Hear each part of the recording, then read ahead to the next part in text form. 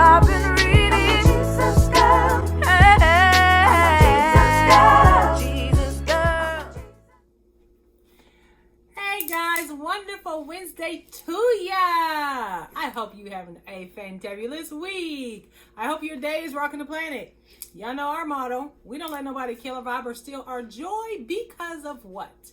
We understand that our attitude, reactions, and responses is our bag.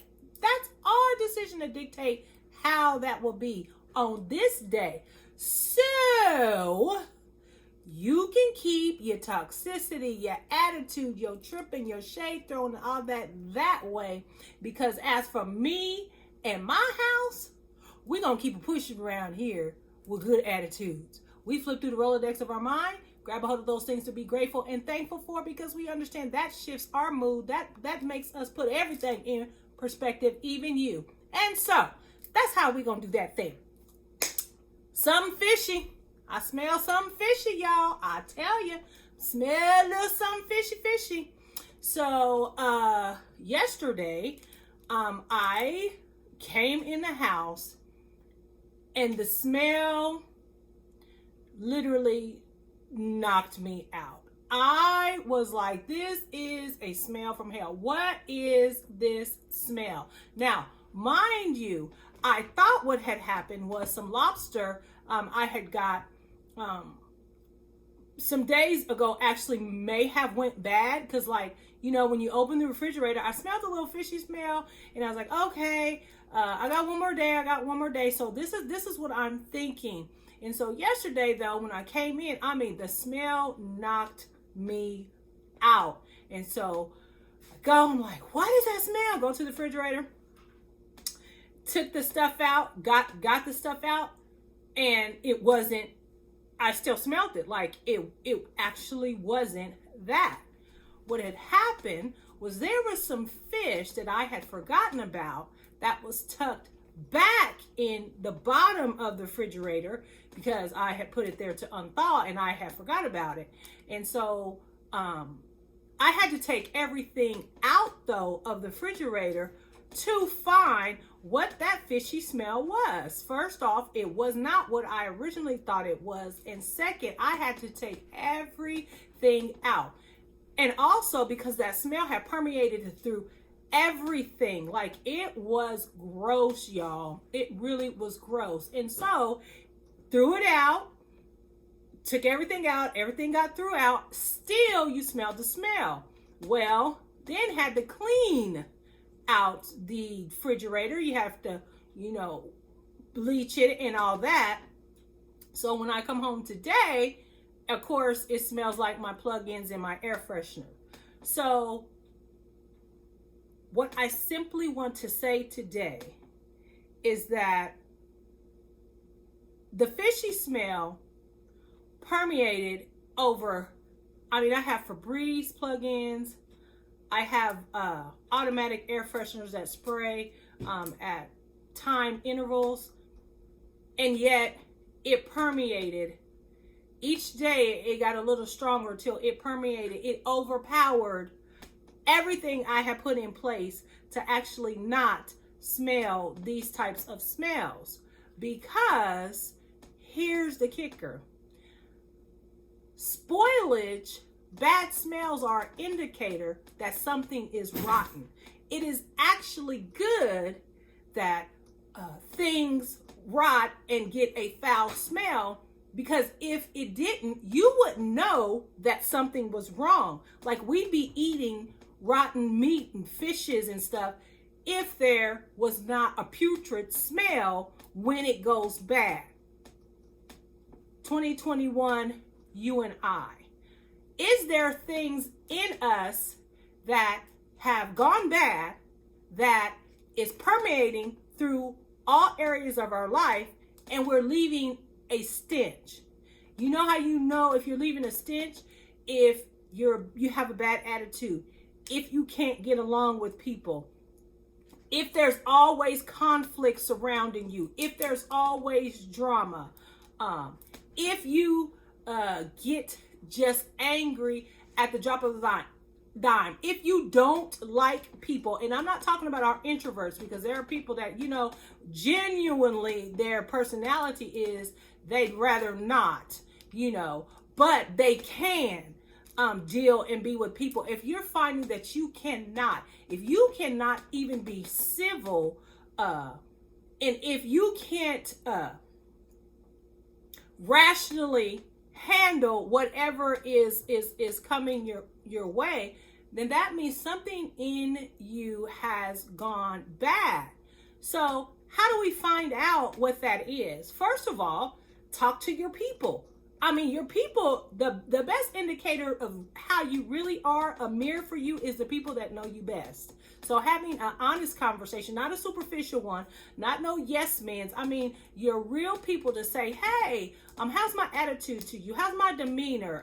How's my decision making look to you? Like, that's why you need a community. That's why you need a village. That's why you need your homegirls, your homeboys. That's why you need the bros and the sisters in your life, because sometimes our blind spots, we are blind to those things that are going on in our life when something has gone bad. Are you hooking up with people, getting involved with things that you normally would not, or that is beneath you? Those are the type of things that something is in you that has gone bad, and you have to find out what it is. Find the smell. And you do that by your people. And also you do that by asking yourself these questions. How do I feel spiritually? How do I feel mentally? How do I feel emotionally? Is my emotional well health? Am I able to handle? Am I thinking clearly? And physically, I mean, am I having stress headaches? I know when I get really angry, and I'm being mad for a long amount of time, my blood vessels in my eyes pop because I get so mad. It's just the pressure. And so I know when my blood vessels pop that something in me has gone bad, and I need to find out what it is that is causing me this feeling, this pressure that I'm not dealing with. It will start showing up physically, guys. So is it spilling out into your relationships? Are people saying you're distant? Like, you have to look at inside you and do a self inventory. You got to do a self check.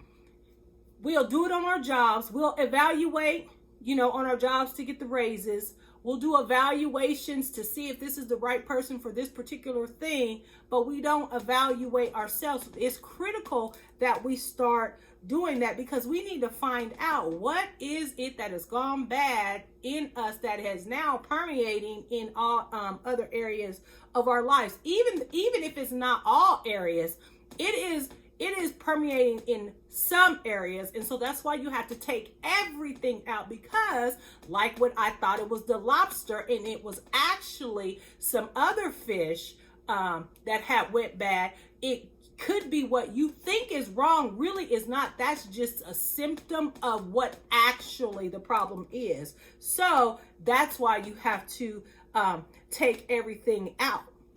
And then after you do that, what do you got to do? You got to throw it away. You find the bad meat. You find what's causing the smell. You find what has went bad, and you throw it away. Get rid of it. I don't know why it is that we think as people that there's somehow we're not able to get over our issues. We've fallen so in love with having issues. We're not really trying to get rid of them and overcome them. Or deal with them. We just want to tell them to each other. We're wearing them as these badges of honors, our issues. That's crazy as hell. We can get over, get through, get around, under, and get on from these issues that we have. Now, we will never be perfect. That is not what I'm saying, but there is healthiness and wholeness, and we can deal with and push past stuff, y'all. We are not victims. Like, it does not have to be, even if this is the way it is now, that's not how it's supposed to stay. It doesn't have to. And so we need to throw the thing away, get rid of it. And however we have to do that, that's what you have to do. There's many ways to throw some things away.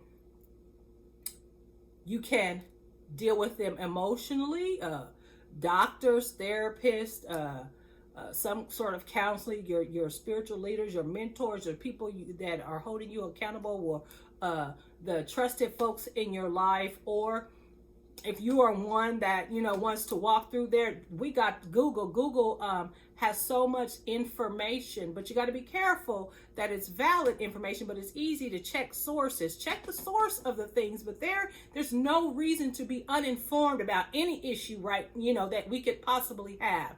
And so, please, whatever that is, do the work to get rid of it. And then we tend to stop. Okay, it's good. That's good, Champagne. I'm through. No. There is one step that we often forget. Because I got rid of the putrid, the rotted meat, the stench was still here. I had to then clean it. I had to then clean it. We tend to try to mask, things with, the plugins, the aerosol sprays, the candles, the incense. We're trying to mask the smell. No. We need baking soda that absorbs the odor and kills it. Like bleach on contact kills 99.9% of germs. What is your Clorox bleach that you need after you dealt with some stuff? Some cleanup is you have to detach from whatever that thing is, or whatever brought that thing into your life. We don't want to talk about that. We don't want to talk about there's some decisions and choices we have to make of how it is that we got to that point, to the meat being able to rot. Generally, it's not just one instance. It is a stretch of time, days. It takes days for meat to rot. Chemically, it has to change. It has to bacteria has to grow. The harmful ones, like there's a process. So you're going to have to clean up the processes that get you to the rotted meat. And that takes cleaning up, spring cleaning in your life. It takes spring cleaning in your life. We're about to, clean out clothes. People are giving them away. They're, because now we're going into a different season. Well, you have to do that in your life as well. Never will I say throw somebody away. Never will I say cut somebody off unless that is what is needed. What I am saying is then you need to put boundaries, and you need to put perimeters around you so that you don't go to that place. You don't get to that place, or that person or that thing can't get to you. And if it does, it's under your control. It's not just getting overgrown with their toxicity and their bacteria and those things that are going to rot in you. So please set your boundaries, and don't just set them, keep them. Set your perimeter. Tell yourself no, or tell yourself yes. You have got to be the one to clean it up, Buttercup. Nobody can do that part for us, and nobody should.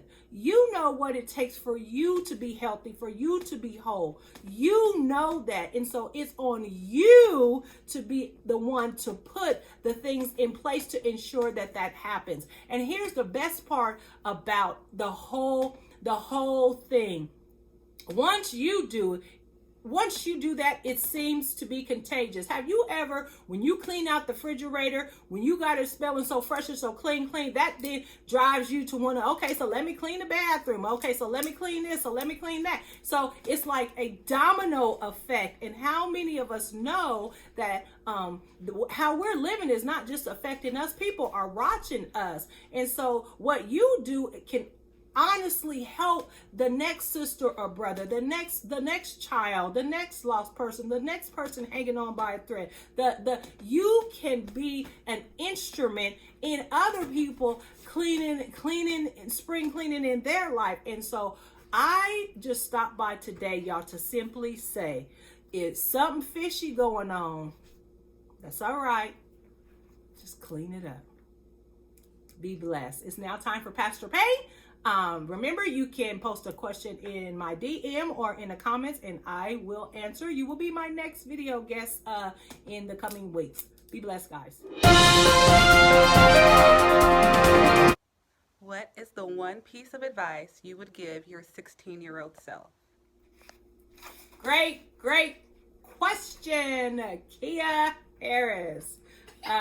So what would I tell my 16-year-old self?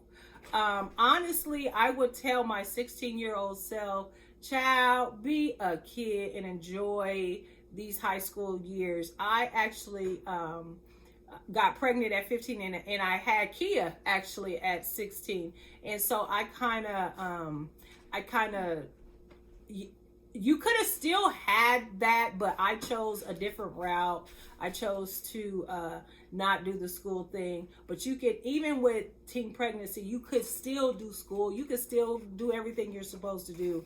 But I just didn't choose that. And so what I would tell 16-year-old Champagne is to enjoy being a teenager. Be a kid. Man, ride those teen years out for all they're worth. Enjoy.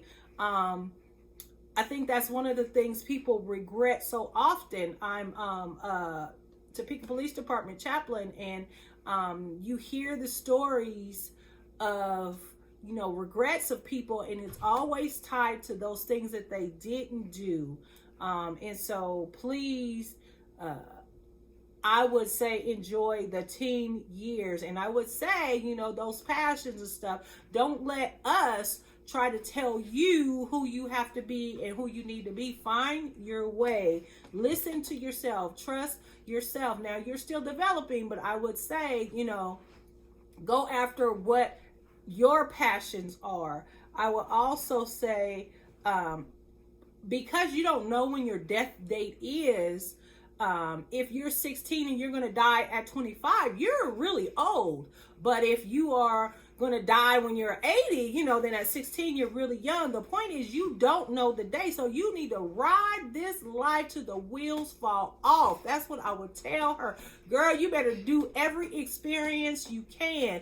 Do not be limited by your environment and where you're at. Dream the dreams. Go after the goal. Try the stuff, even if it's not common to your peers. That's what I would tell 16-year-old Champagne. Girl, ride this thing till the wheels fall off, in the words of Martin, because you only got this one life, and you don't know when that day is that you're going to check out. Friday at 5 is going to come for everybody. So I hope that helped, and that goes for you even now. If you're in a place like, you know, live your life, like, experience as much as you can. Don't settle for status quo. Don't settle for mediocrity. Like, we don't have to. The joy is we don't have to. We could choose to do, you know, whatever. So do that. Remember your dreams you had. It's never too late. Long as you got breath, long as you're waking up. So do you, boo-boo. So I hope that answered your question. I love you guys. Be blessed. I'll see you next week. Jesus, God,